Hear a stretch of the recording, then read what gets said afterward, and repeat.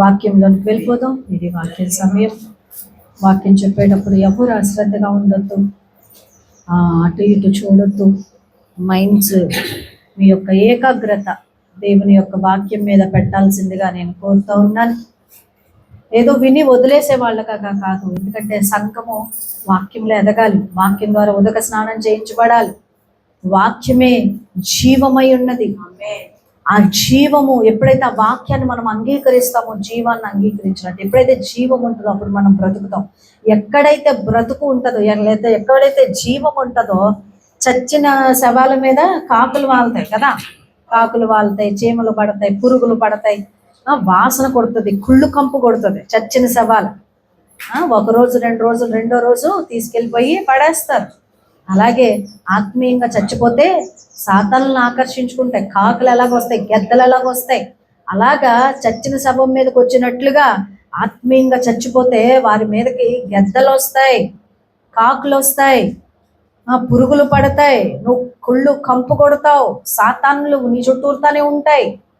కాబట్టి బ్రతికి ఉంటే, జీవము కలిగి ఉంటే వాటి జోలికి గెద్దలు రావు, కాకులు రావు. శోధనలు ఉంటాయా అంటే శోధనలు ఉంటాయి, కానీ ఆ శోధనలు జయించిన వాడు ధన్యుడు అని వాక్యము సెలవిస్తుంది. కాబట్టి మన శోధనను ఏం చేయాలి? జయించాలి. దాని మీద మనము ప్రయాణం చేయాలి. ఎలాగంటే సముద్రం మీద అలల పైన ఎలాగైతే అలనాడు శిష్యులు ప్రయాణం చేసి దాన్ని అధిగమించి, అలలను అధిగమించారు, వాళ్ళు భయాన్ని అధిగమించారు. అట్టి రీతిగా మనం శ్రమను ఏం చేయాలి? అధిగమించాలి. లోకము నన్ను శ్రమ పెట్టింది కదా, మిమ్మల్ని కూడా శ్రమ పెడుతుందని దేవుడు చెప్తున్నాడు. కాబట్టి శ్రమ ఉంటది, కానీ శ్రమను ఏం చేయాలి? మనము అధిగమించాలి, దాన్ని జయించాలి. ఎప్పుడైతే వీటన్నిటినీ మనం జయించి ముందరకెళ్తాం. అందుకే విశ్వాసములో ఉన్న బలం అటువంటిది. విశ్వాసముతో మనము ఇప్పుడు మన ఓడలో కూర్చుంటే ఆ తడ్డె ఏదైతే ఉంటుందో అదే విశ్వాసం. అది ఇట్లా అంటేనే మనం ముందరకెళ్తాం, ఇట్లా అంటేనే మనం సముద్రం మీద ముందరకెళ్తాం. అలాగా విశ్వాసాన్ని, వాక్యాన్ని చేత పట్టుకొని విశ్వసించితని గనక మాట్లాడితని. ఏం మాట్లాడాలి? నీ సొంత మాటలు కాదు, వాక్యాన్ని మాట్లాడాలి. నీకు ఆకలేస్తుంది కదా, ఈ రాళ్లను రొట్టెలుగా చేసుకొని తిను అని సాతానుడు దేవుడితో, యేసుప్రభుతో అంటే, యేసుప్రభు అని అంటున్నారు, మనుషుడు రొట్టె వల్ల మాత్రము కాదు, దేవుని నోటి నుండి వచ్చి ప్రతి మాట వలన జీవించును. దేవుని మాట వలన మనం జీవిస్తాము. ఆమేన్. కాబట్టి ఆ మాట మీరు వింటుండగా, మన పిల్లలు స్కూల్కి వెళ్తే చదువుకుంటున్నారు, రోజంతా కూర్చొని ఉదయం 9 గంటల నుంచి సాయంత్రం 4 గంటల వరకు, 5 వరకు చదువుకుంటున్నారు, టీచర్స్ యొక్క మాట వింటున్నారు. మరి సంఘములో బోధకుల్ని దేవుడు ఎంపిక చేసుకున్నప్పుడు, సేవకుల్ని ఎంపిక చేసుకొని ఒక నిర్దిష్టమైన పిలుపుతో దైవ సేవకుని పిలిచినప్పుడు, దైవ సేవకురాలను పిలిచినప్పుడు, వారి ద్వారా వాక్యాన్ని చెప్పేటప్పుడు ఎందుకు బుద్ధిగా కూర్చోలేకపోతున్నావు? ఎందుకు శ్రద్ధగా కూర్చోలేకపోతున్నావు? అంటే నీకు పరీక్ష లేదానా? తర్వాత ఈ యొక్క మాటలు ఏదైతే వాక్యం చెప్తా దానికి తర్వాత పరీక్ష ఉండదనా? భయం లేని పనులు అవి. నీ జీవితంలో పరీక్షలు ఎదుర్కొంటావు. ఆ పరీక్షల్లో నువ్వు పాస్ అవ్వాలి. నువ్వు పేపర్ పెన్ను పట్టుకొని పరీక్ష లేకపోవచ్చు, కానీ జీవితంలో నువ్వు ఎదుర్కొన్న ప్రతి పరీక్షకు సమాధానము వాక్యమే. ఆమేన్, హల్లెలూయా. కాబట్టి వాక్యాన్ని వినేటప్పుడు చాలా శ్రద్ధగా వినండి. దైవ సేవకులు దేవుడు సంఘానికి ఇచ్చిన బహుమానాలు, వారు ఎంతో త్యాగపూరితంగా సంఘానికి వచ్చి సేవ చేస్తున్నారు. దేవుని ప్రియమైన బిడ్డలారా, కాబట్టి వారిని ఘనంగా ఎంచి వారి ద్వారా దేవుడు బోధించే మాటలు మనం వినాలి. నేను ఒకానొక సమయంలో నా దైవ సేవకుడి మాట నేను విన్నాను. దేవుని ప్రియమైన బిడ్డలారా, దేవుని వాక్యాన్ని మనం వినినప్పుడు దేవుని యొక్క శక్తి మనలోనికి వస్తుంది. రైట్, మనం వాక్యంలోనికి వెళ్ళిపోదాం. చూద్దాము ఈ యొక్క జీవితం, మన జీవితము ఏ రాజ్యాలకు లింక్ అయి ఉన్నదో నేను చెప్తాను. దేవుడు ఆదామును సృష్టించినప్పుడు ఈ భూమి మీద మట్టిలో నుంచి, మట్టి చెప్పండి, మట్టి. ఈ శరీరం పట్టుకొని చెప్పండి, ఈ శరీరం మట్టి, ఈ శరీరం మట్టి. ఈ మట్టికి జీవం లేదు, ఎక్కడి నుండో వచ్చింది మట్టిలోనికి జీవం. ఆమేన్. అంటే దేవునిలో నుంచి వచ్చింది. ఆ జీవం వచ్చినందువల్లే ఈ మట్టికి విలువ. ఆ జీవం వెళ్ళిపోతే ఈ మట్టికి విలువ లేదు. ఇది గుర్తించాలి. కాబట్టి బాహ్య అలంకరణ కంటే అంతరంగ ఆత్మీయ అలంకరణ అనేది చాలా దేవునికి ఇష్టమైనది. ఆయన చూచేది ఆత్మీయ అలంకరణే తప్ప భౌతిక అలంకరణ కాదు. మట్టికి ఎంత అలంకరిస్తే మాత్రం ఏంటి? మట్టి శిలకి ఎన్ని బంగారు పూతలు పోస్తే ఏంటి లాభం? వాళ్ళని చూసి మనం అజ్ఞానులు, ఏమీ అజ్ఞాని అని అంటల్లా. దేవుడు మనల్ని చూసి కూడా అలాగే అంటాడు. భౌతిక అలంకరణ వేరు, శుభ్రంగా ఉండటం అది మంచిదే, శరీరాన్ని శుభ్రపరచుకోవడం మంచిదే. కానీ ఈ అలంకరణ కంటే నీకు ఏ అలంకరణ కావాలి? అక్షయ అలంకరణ కావాలి. ఆమేన్. ప్రతి క్రైస్తవుడు అక్షయ అలంకరణ కలిగి ఉండాలి. దేవుని ప్రియమైన బిడ్డలారా, అయితే మట్టిలో నుంచి తీసిన ఈ యొక్క మానవుడు ఈ భూమి మీద పుట్టిన తర్వాత ఈ యొక్క మానవ రాజ్యానికి లింక్ అయి ఉంటాడు. దాన్నే భౌతిక రాజ్యం, భౌతికంగా లోకానికి మనం లింక్ అయి ఉన్నాం. అందుకని అపోస్తలుడైన పౌలు అంటాడు, నేను ఏమి చేయకూడదునో అది నేను చేయలేకపోతున్నాను, నేను ఏమి చేసేదని అనుకుంటున్నానో అది చేయట్లేదు, ఏమి చేయకూడదు అనుకుంటున్నానో అది నేను చేస్తున్నాను. అయితే అది నేను కాదు, నాలో ఉన్న పాపమే. మనిషి పాపం చేస్తున్నందువలన పాపి కాబట్టి పాపం చేస్తున్నాడా? ఏమిస్తారు జవాబు మీరు? యవనస్తులు చెప్పండి, మీరు పాపి కాబట్టి పాపం చేస్తున్నారా, లేకపోతే పాపం చేసినందువల్ల పాపి అవుతున్నారా? ఎలా ఉంటదంటే ఈ ప్రశ్న, విత్తనం ముందా చెట్టు ముందా అన్నట్టుంది, గుడ్డు ముందా కోడి ముందా అన్నట్టుంది. గుడ్డే లేకపోతే కోడి ఎక్కడి నుండి వస్తుంది, కోడే లేకపోతే గుడ్డు ఎక్కడి నుండి వస్తుంది అన్నట్టుంది. దేవుని ప్రియమైన బిడ్డలారా, ఎందుకు ఈ మాట చెప్తున్నానంటే రెండు వాస్తవమే. నువ్వు పుట్టుటవే పాపంతో పుట్టావు కాబట్టి పాపం చేస్తున్నావు. అది నీకు చాలా సులువు. పాపం చేయండి చాలా కంఫర్ట్, మీకు కంఫర్ట్గా ఉంటుంది, చాలా సులువది. అబద్ధం చెప్పడం చాలా తేలిక, పిచ్చివి చూడడం చాలా తేలిక, అసూయపడడం తేలిక. దేవుని ప్రియమైన బిడ్డలారా, ఎందుకు నువ్వు అంత కంఫర్ట్గా ఉంటున్నావు అంటే నువ్వు పాపివి కాబట్టి పాపం చేయడానికి అంత కంఫర్ట్ ఉంది నీకు. కానీ దేవుడు అది వద్దంటున్నాడు. హల్లెలూయా. అయితే ఇప్పుడు మనిషి రాజ్యం అంటే మనిషి యొక్క లోకములో ఉన్నాడు కాబట్టి ఈ లోకము నుంచి మనిషి వదిలి వెళ్ళే వరకు కూడా లోకముతో లింక్ ఉంటది. మట్టిలో నుండి వచ్చిన వాడు మట్టిలోనికి తిరిగి వెళ్ళే వరకు మట్టితో సంబంధం ఉంటది. ఎవరికి? మనిషికి. ఓకే. రెండవది, ఇప్పుడు ఈ మనిషికి దేవుడు ఏమిచ్చాడంటే మైండ్ ఇచ్చాడు. హల్లెలూయా. ఆయన స్వరూపము, ఆయన పోలికంటే ఏంటి? ఆయన స్వచిత్తం, ఆయన ఆత్మ దేవుడు మనకిచ్చాడు కదా. సో ఇప్పుడు ఈ యొక్క మైండ్తో మనం అనేకమైన ఆలోచనలు చేస్తుంటాం. ఇప్పుడు ఈ మైండ్ రెండు రాజ్యాలకి లింక్ అయి ఉంది. ఒకటి దేవుని రాజ్యము, రెండవది సాతాను రాజ్యం. హల్లెలూయా. ఈ దేవుని రాజ్యము, ఈ సాతాను రాజ్యం ఎవరికి లింక్ అయి ఉంది? మనిషి రాజ్యానికి లింక్ అయి ఉంది, మనిషికి లింక్ అయి ఉంది. ఇప్పుడు ఈ మనిషికి ఇటు కుడివైపు నుంచి దేవుని రాజ్యము, ఎడం వైపు నుంచి సాతాను రాజ్యము, ఈ రెండు రాజ్యాలు కూడా ఈ మైండ్ లో ఉంటాయి.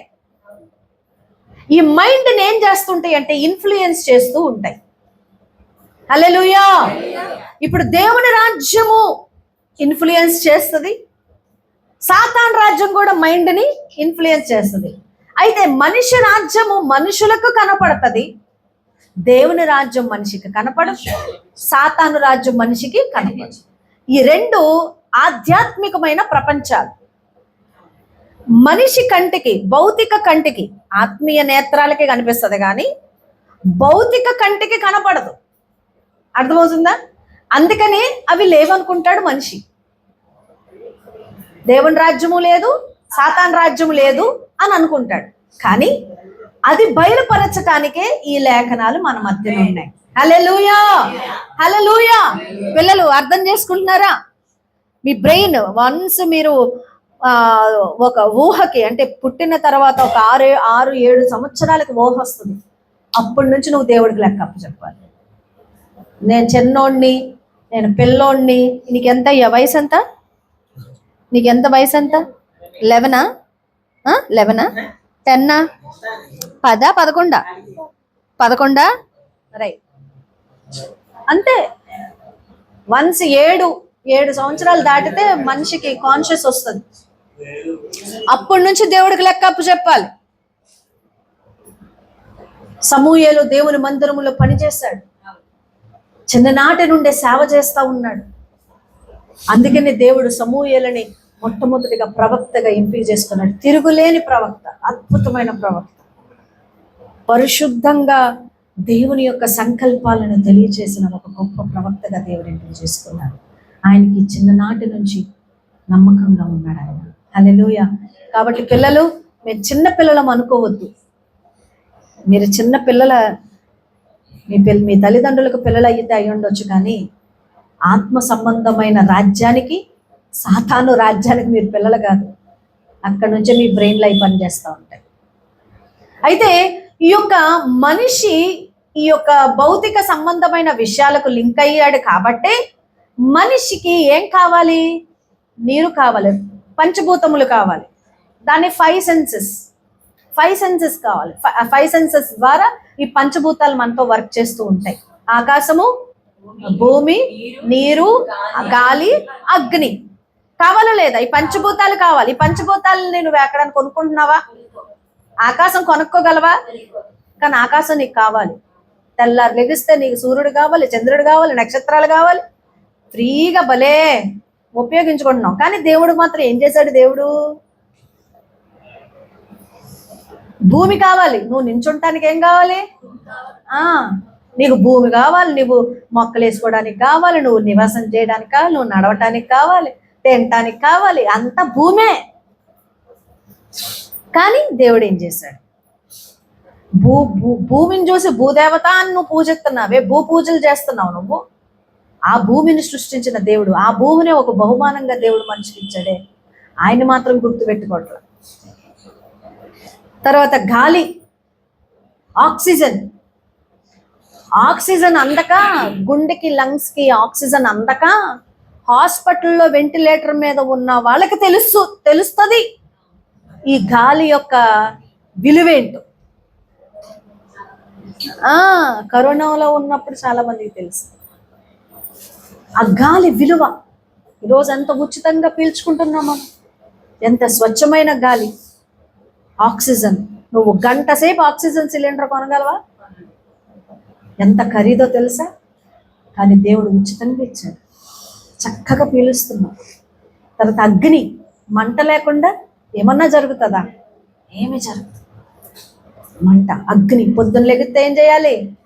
వెలిగించాలి. వంట చేయాల్సిందే, కట్టెలు వెలిగించాల్సిందే. మంట లేకపోతే నువ్వు అన్నం తినలేవు, నువ్వు చపాతీలు చేసుకోలేవు, నువ్వు కూర చేసుకోలేవు. అర్థమవుతుందా? నీరు, మంచినీళ్ళు తాగకుండా ఉండగలవా? 30% మన శరీరంలో నీళ్ళతో ఉన్నది. మంచినీళ్ళు తాగు. అన్నం తినకపోయినా పర్వాలేదు, కానీ మంచినీళ్ళు తాగాల్సిందే. నీళ్ళు ఎంతమంది తాగుతున్నారా? ఓయ్, నువ్వు తాగుతున్నావా? ఓయ్, తాగుతున్నాడా? రైట్. రోజుకి ఎన్ని లీటర్లు తాగుతున్నారు? Very good. తాగేటప్పుడు నుంచొని తాగండి, కూర్చొని తాగండి. ఓకే, కూర్చొని తాగండి. ఒకేసారి అస్సలు తాగొద్దు, ఆరగా తాగండి. ఒక గ్లాస్ తాగితే ఆగండి, మళ్ళీ ఇంకో గ్లాస్ తాగితే ఆగండి. అట్లా ఒకేసారి తాగకూడదు, అలా తాగొద్దు. లీటర్ ఎత్తేయకండి ఒకేసారి. కనీసం 2 గ్లాసులు తాగి ఆగండి. అది కూడా కూర్చొని తాగండి. కూర్చొని తాగితే అప్పుడు అది శరీరానికి పడుతుంది. Okay, right. మీరు ఎన్ని తాగుతున్నారు పిల్లలు? మీరు చెప్పండి. 4 లీటర్ తాగుతావు. Very good. నువ్వు 1 లీటరా తాగుతున్నాడమ్మా? 1 లీటర్ తాగుతాడా?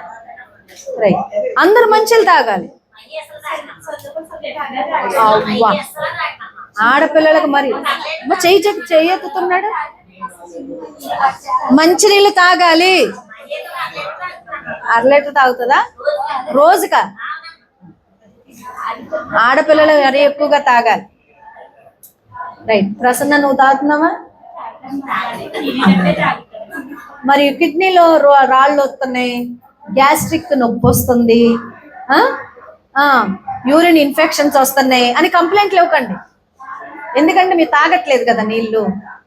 మళ్ళీ ప్రభా స్వస్థపరచు అని దేవుడు ఏమంటాడు? నువ్వు ముందర నీళ్ళు తాగంటాడు. నీకు నీళ్ళు ఇచ్చాను కదా నేను, నీళ్ళు తాగంటాడు.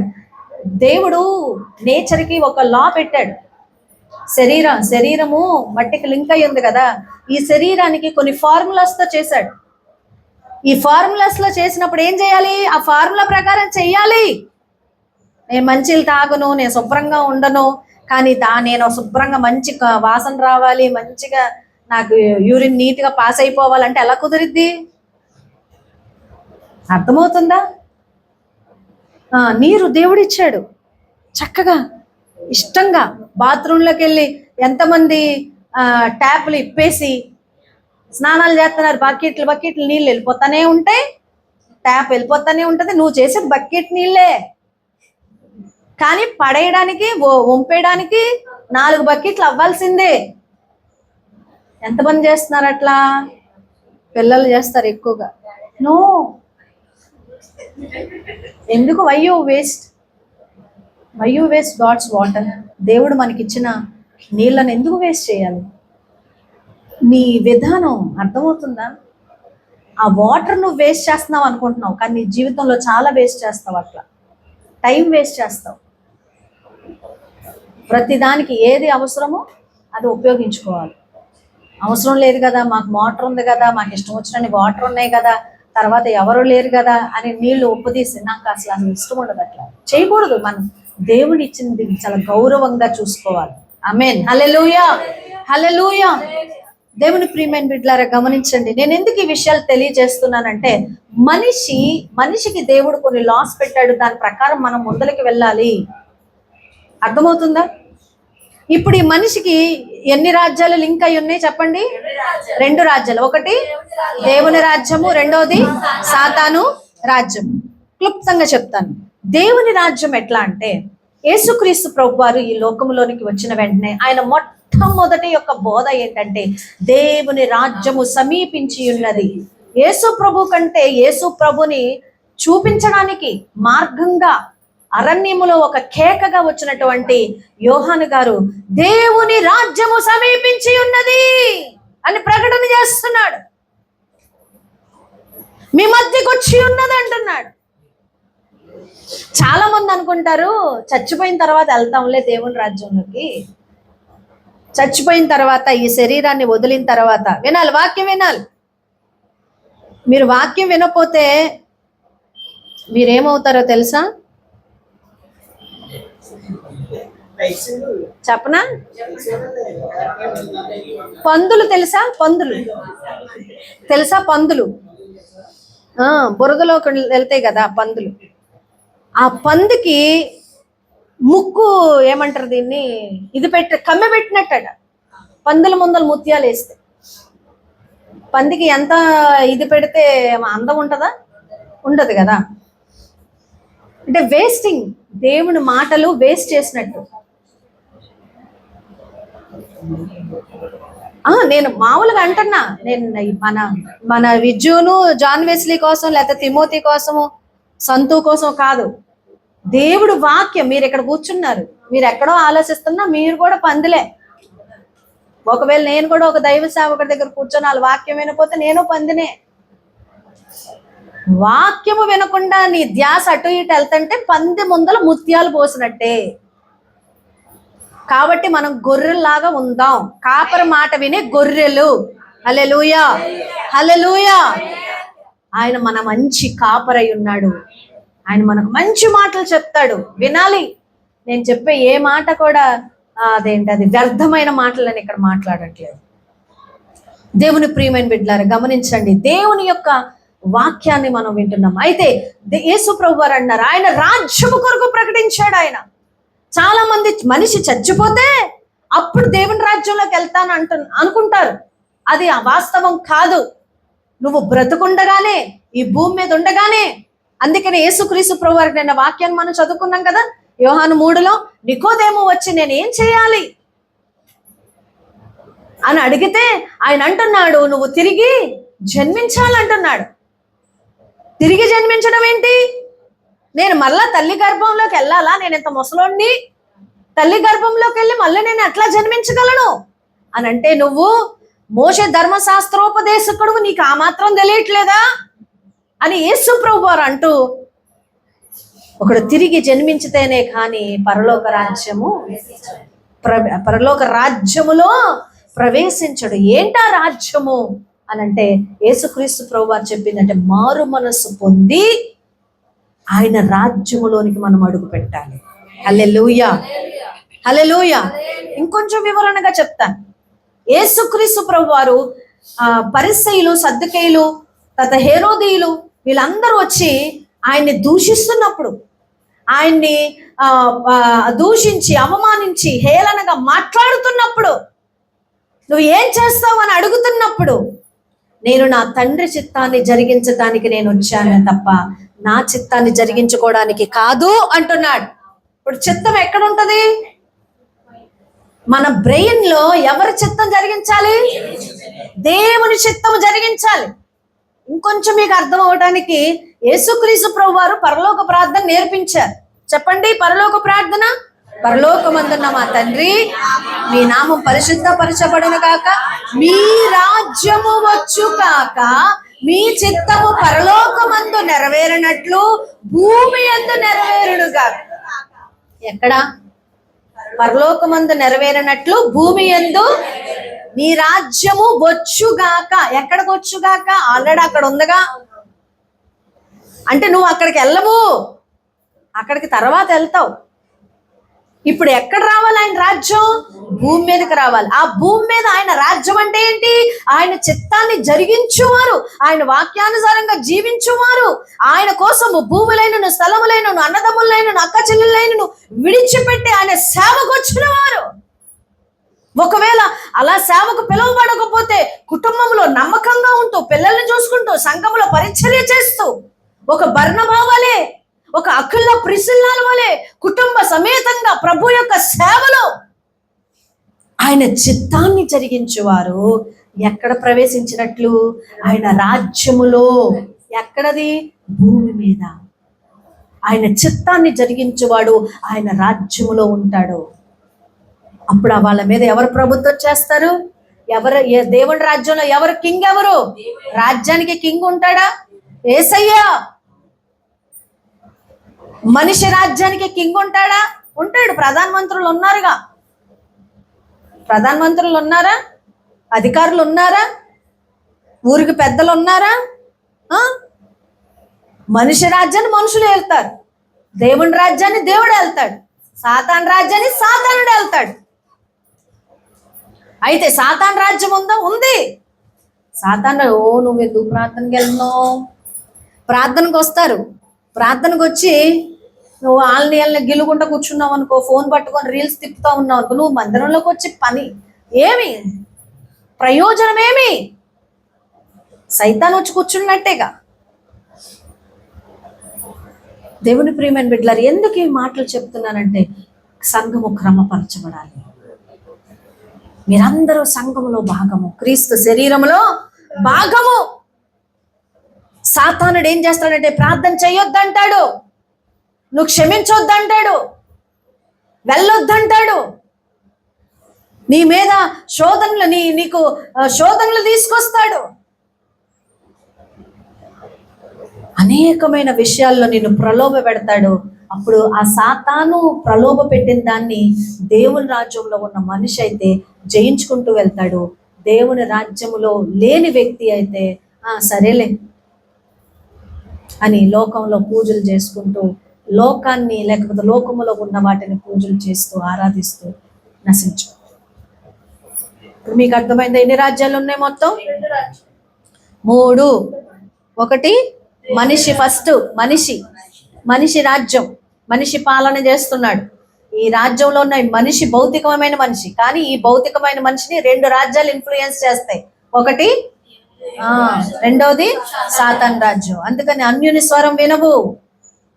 2 స్వరాలు ఉన్నాయి, కాపరి స్వరము, అన్యుని స్వరము. ఇప్పుడు విశ్వాసి, భౌతికమైన విశ్వాసి ఏ స్వరం వినాలి? కాపరి స్వరం వినాలి. అన్యుని స్వరము నా గొర్రెలు నా స్వరము వినను. నువ్వు ఎవరి స్వరం వింటున్నావు? అన్యుల యొక్క స్వరం వింటున్నావేమో, జాగ్రత్త. దేవుని వాక్యము సెలవిస్తుంది, అన్యుని యొక్క స్వరము వినవు. ఆమేన్, హల్లెలూయా. సో ఇప్పుడు ఈ 3 రాజ్యాలకు మనం ఏమి చేయగలము అనే విషయాలను మీకు తెలియజేస్తాను. చూద్దాం. మార్కు సువార్త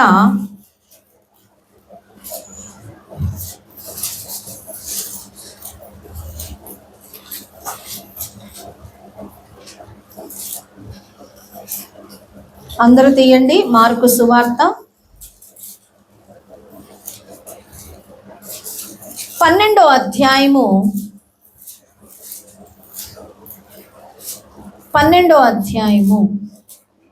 13వ వచనం నుంచి చదవండి.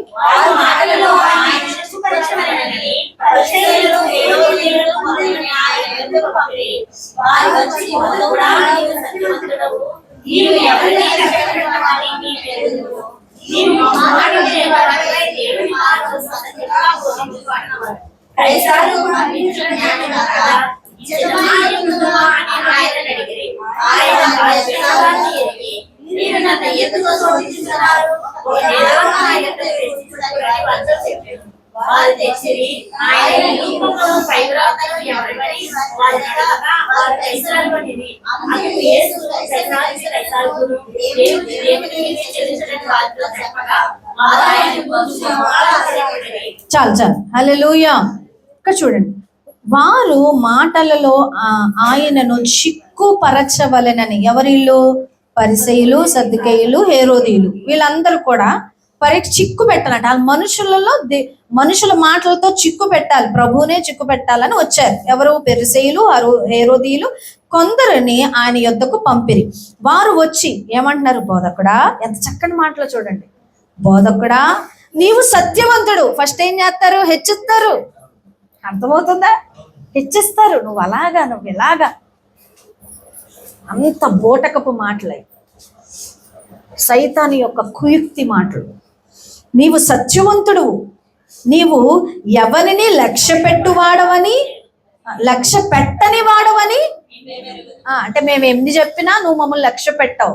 క్రైస్తవుడా, నువ్వు సత్యమే పలుకు, అసత్యాన్ని నువ్వేం చేయాలి? లక్ష్య పెట్టకూడదు. ఇది క్రీస్తు యొక్క స్వభావం.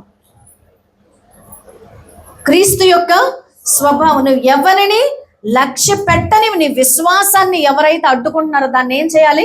లక్ష్య పెట్టకూడదు. ఒక మోమాటాలకు వెళ్ళామా విశ్వాసంలో పడిపోతాం. చూడండి, ఎవరిని లక్ష్య పెట్టని వాడవని మేము ఎరుగుదుము. నీవు మోమాటము లేని వాడవై దేవుని మార్గమును సత్యముగా బోధించువాడవు. హల్లెలూయా. అసలు ఇది చదువుతున్నప్పుడు దేవుడు నన్ను ఎంతో అవును, మోమాటం ఉండకూడదు. వాక్యం బోధించేటప్పుడు మోమాటం ఉండకూడదు. ఈ మోమాటం వల్ల సాక్ష్యం చెప్పేటప్పుడు, వాక్యం చెప్పేటప్పుడు వాళ్ళేమనుకుంటారో, వీళ్ళు సంఘాన్ని మానేస్తారేమో, వాళ్ళ సంఘాన్ని మానేస్తారేమో అని సేవకుడు మోమాటం చూపిస్తే సత్యాన్ని ఎప్పుడు బోధించలేము.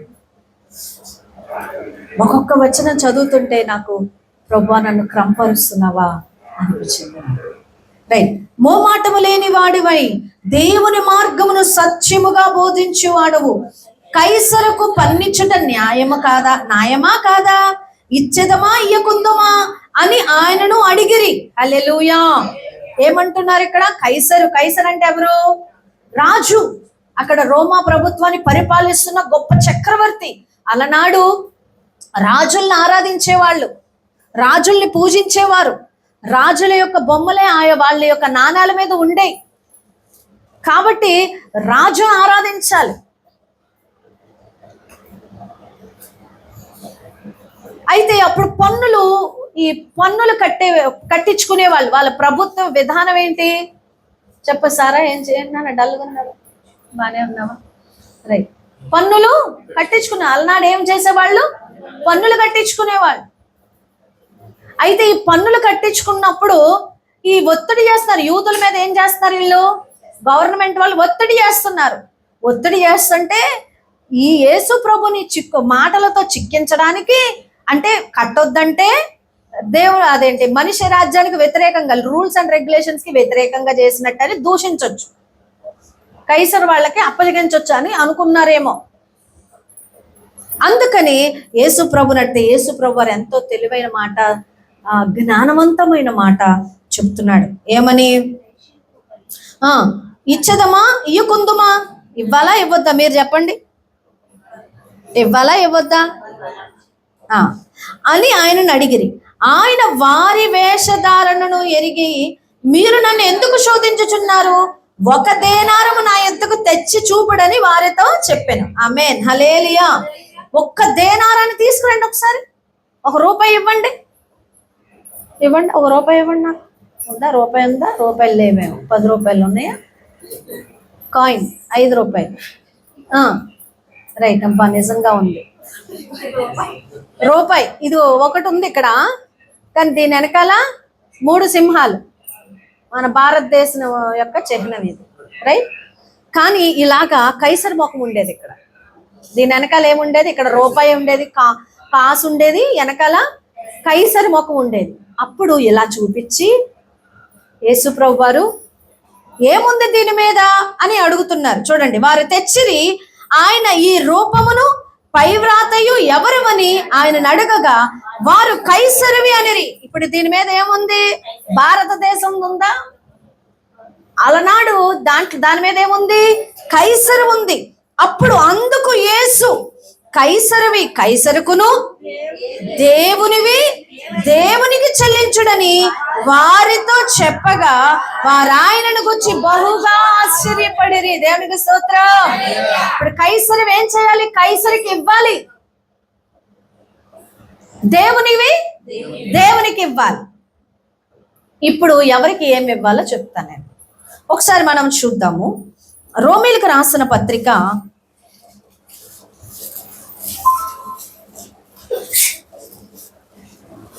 13వ అధ్యాయము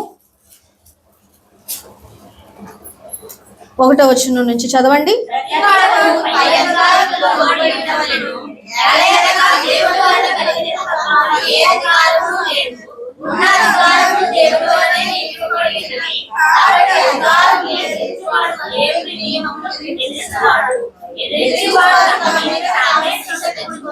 చాలు. హల్లెలూయా, హల్లెలూయా. దేవుని ప్రియమైన బిడ్డలారా, ప్రతి వాడును కైసరువు అంటే అంటే ప్రభుత్వం, మనుష్య రాజ్యంలో మనుషులు రాజులుగా ఉండి ఏళ్తున్నారు కదా. ఈ యొక్క ప్రభుత్వాలన్నీ దేవుడు నియమిస్తూనే వచ్చినాయి, రూల్స్ అండ్ రెగ్యులేషన్స్ అన్ని, అవునా కదా? ప్రభుత్వం దేనికి? కోర్టులు దేనికి? పోలీసులు దేనికి? పోలీస్ స్టేషన్లు దేనికి? దొంగోడు దొంగతనం చేస్తే ఆయన కొట్టి, దొంగతనం చేసిన వస్తువులు వాళ్ళకి ఇచ్చి, ఆయన క్రంపరిచి ఆయన భయంలో పెడితే ఇంకోసారి దొంగతనం చేయకుండా ఉండటానికేగా పోలీసులు, అవునా కదా? అఫ్ కోర్స్ ఎక్కడైనా కరప్షన్ ఉంది, అది నేను అంటలా, విధానం చెప్తున్నాను. ఇప్పుడు ప్రధానమంత్రి ఉన్నాడు, తర్వాత రాష్ట్రాలకు వచ్చేసరికి చీఫ్ మినిస్టర్ ఉన్నాడు, అక్కడి నుంచి మన ఇది వచ్చేసరికి జిల్లాలకు వచ్చేసరికి మనకి ఎమ్మెల్యేలు ఉంటారు, ఇంకా పెద్దలు ఉంటారు, అందరి కిందకి ఇలా అలా వస్తాం కదా. ప్రతి ఆఫీసులో పెద్దలు ఉంటారా లేదా? ప్రతి అధికారము ప్రతి వాడును పై అధికారులకు లోబడి ఉండవలను, ఏలయనగా దేవుని వలన కలిగినది తప్ప మరి ఏ అధికారమును లేదు. ఉన్న అధికారములు దేవుని వలననే నియమింపబడి ఉన్నవి. హల్లెలూయా, హల్లెలూయా.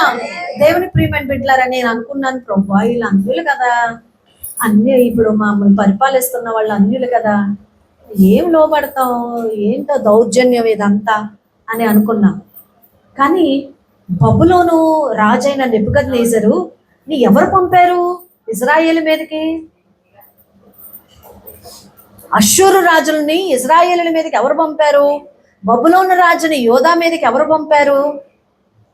బబులోను రాజుని నెబుకద్నెజరు నా సేవకుడు అంటాడేంటి? అసలు దేవుని సేవకుడే కాదే. మిడతలను యోవేలు ప్రవక్తకి దర్శనం ఇచ్చి దేవుడు మాట్లాడుతూ మిడతల దండు వస్తుంది అన్నాడు. మిడతల దండు అంటే ఏంటి?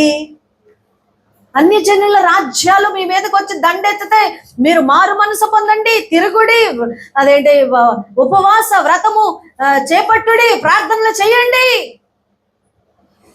అంత్యకాలములో ఆత్మను కుమ్మరిస్తానని యోవేలు ప్రవచిస్తే ఎవడు నమ్మాడు? నా సమాచారం ఎవడు నమ్మాడు అంటాడు యెషయా. అర్థమవుతుందా మీకు? అన్ని రాజులు వీళ్ళందరూ, కానీ అధికారం, ఏ అధికారము కూడా దేవుణ్ణి నియమించకుండా రాలేదు. కాబట్టి అధికారముని ఎదిరించువాడు, హల్లెలూయా. అధికారాన్ని ఎదిరిస్తే నేను పోలీసు ట్రాఫిక్ రూల్స్ నేనెందుకు పాటిస్తా, నేను ఇది అనుకుంటే యాక్సిడెంట్ అయిపోయి కింద పడిపోతావు. సిగ్నల్ వేసాడు, నువ్వేం చేయాలి? రూల్స్. అర్థమవుతుందా? హెల్మెట్ పెట్టుకోవాలి. హెల్మెట్ పెట్టుకుండా వెళ్తే ఆ రూల్ పెట్టాడు గవర్నమెంట్, హెల్మెట్ పెట్టుకొని ప్రయాణం చేయాలి. బండి మీద వెళ్ళేవాడు హెల్మెట్ పెట్టుకోలేదు, ఏమవుతుంది? ఆ రూల్ పాటించకపోతే ఏమైంది? బాధ నీకే. ఫైన్ వేస్తాడు, నీకు బాధ కలుగుతుంది. బ్రెయిన్ ఆపరేషన్ చేయించుకుంటే తెలుస్తుంది ఆ హెల్మెట్. నువ్వు 100 రూపాయలు పెట్టి కొనుక్కునే హెల్మెట్ విలువ నీ తల వెళ్ళి రోడ్డు కొట్టుకున్న రోజున తెలుస్తుంది. రూల్స్ అండ్ రెగ్యులేషన్స్ మనం పాటించాలి. అర్థమవుతుందా మీకు? పన్నులు ఉన్నాయి, ఇంటి పన్ను కడుతున్నారా? ఎందుకు కడుతున్నారు?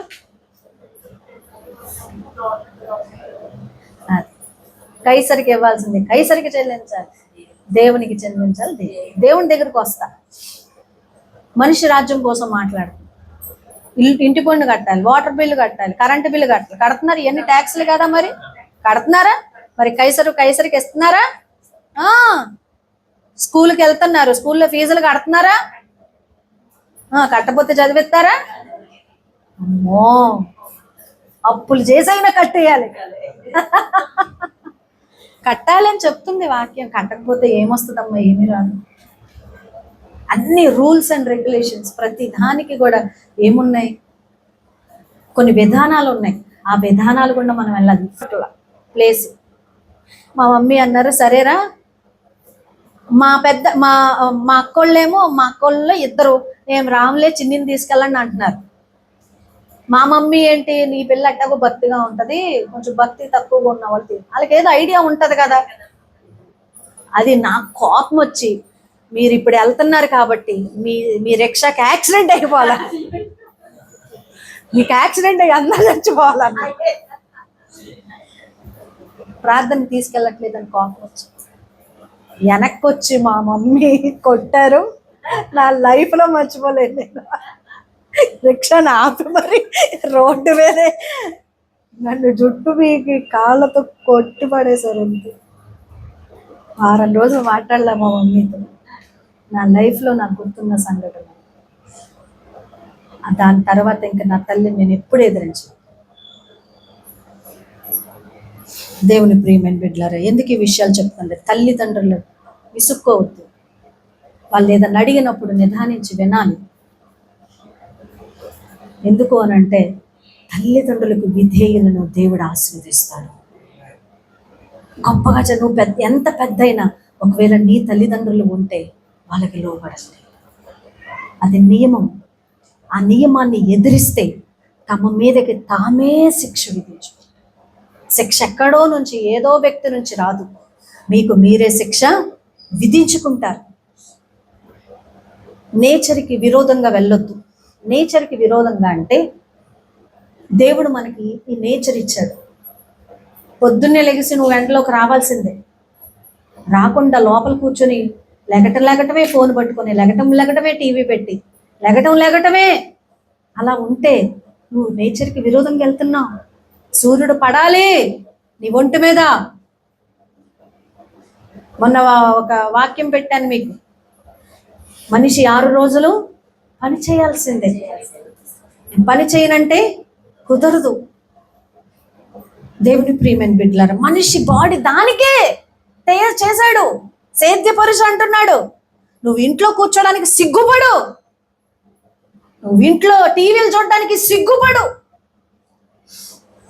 ఆడవారి ఇంట్లో పని చేసుకోవాల్సిన పరిస్థితి వచ్చినప్పుడు పని చేసుకోండి, చక్కగా చేయాలి. సాతానా పో